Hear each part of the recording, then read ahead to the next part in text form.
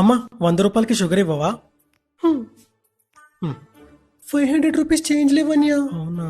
ఇంకేమైనా తీసుకోండి. ఇంకేం లేవమ్మా. ఇప్పుడు ఎలా? ఇంకేమైనా గుర్తు తెచ్చుకోండి అన్నయ్య, మళ్ళీ ఇంటికి వెళ్తే వదిన చంపేస్తుంది. అవును కదా. అన్నయ్య గారు ఇది తింటూ ఆలోచించండి. ఇదిగో లేస్ కూడా తినండి. ఆలు పూజ, కేక్, పల్లీలు, బిస్కెట్,